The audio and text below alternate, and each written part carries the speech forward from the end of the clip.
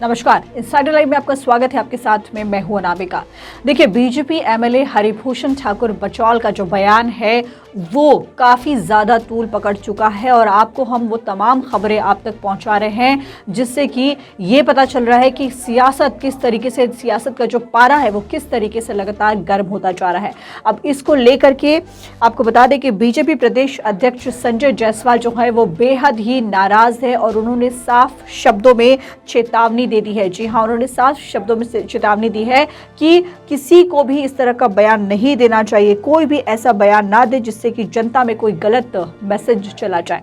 देखिए, संजय जायसवाल जो है वो काफ़ी सोच समझ करके कोई भी बयान देते हैं, लेकिन बीजेपी के एमएलए जो हरिभूषण ठाकुर बचौल है उन्होंने साफ तौर पर कह दिया है कि मुसलमानों से वोटिंग राइट्स छीन लेनी चाहिए। सरकार से ये मांग कर दी और इसी को लेकर के काफ़ी ज़्यादा बवाल मचा है। सियासत तो गर्म है ही है। अब आपको बता दें कि संजय जायसवाल की नाराजगी भी सामने देखने को मिली। उन्होंने क्या कुछ कहा है आपको बताते हैं।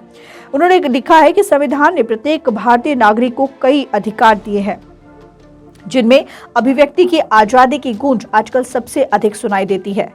अभिव्यक्ति की आजादी यानी बोलने की स्वतंत्रता ताकत होती है, लेकिन ताकत के साथ जिम्मेदारियां भी आती हैं।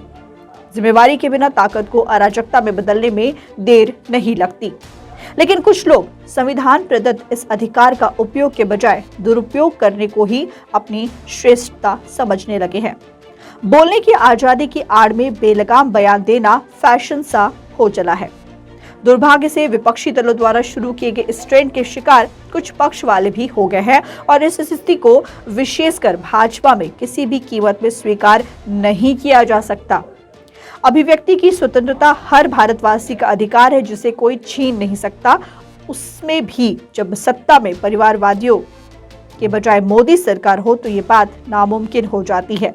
जो सरकार सबका साथ, सबका विकास और सबका विश्वास के मूल मंत्र पर काम कर रही हो, उसमें संविधान विरोधी कोई बात कहना गलत, खुद से अपनी बेइज्जती करवाने के बराबर है। जब आप जनप्रतिनिधि हो तो लोगों की आपसे अपेक्षाएं बढ़ जाती हैं। संयम और शालीनता आपकी कथनी और करनी दोनों में झलकनी चाहिए, नहीं तो जिन ताकतों के विरोध में जनता ने आपको दायित्व दिया है उनमें और आप में कोई भी अंतर बाकी नहीं रह जाता। सच्चा राजनेता वही होता है जो जात पात, धर्म, मजहब की उलझनों में खुद भी नहीं फंसता और समाज को भी इससे बाहर निकालने की क्षमता और मंशा दोनों रखता है। जो सरकार देश के संसाधनों पर एक खास समुदाय का पहला हक बताती थी, उसके दिन बीत चुके हैं। जनता ने उनके हाथों से छीन करके अपार बहुमत के साथ मोदी सरकार के हाथों में देश की बागडोर सौंपी है। इसीलिए जनता और उनका कल्याण ही हमारी सर्वोच्च प्राथमिकता है। भावावेश में भी किसी को भी अपने बयान से जन भावनाओं को आहत करने की छूट नहीं दी जा सकती। ये देश सबका है और देश के हर नागरिक का इस पर बराबर का हक है। मोदी सरकार में लोगों का ये हक 100% सुनिश्चित है। इसीलिए लोगों की मोदी सरकार पर अगाध श्रद्धा है। अपने बयानों से मोदी सरकार और जनता के इस आपसी रिश्ते को कमजोर करने की चेष्टा कोई भी ना करे। तो बड़ी बात जो है संजय जायसवाल ने कही है और एक तरह से कह सकते हैं कि ये जो है ये चेतावनी के शब्द है। जो उन्होंने लिखा है ये चेतावनी के शब्द है और इससे निश्चित रूप से बीजेपी एमएलए अब संभल जाएंगे।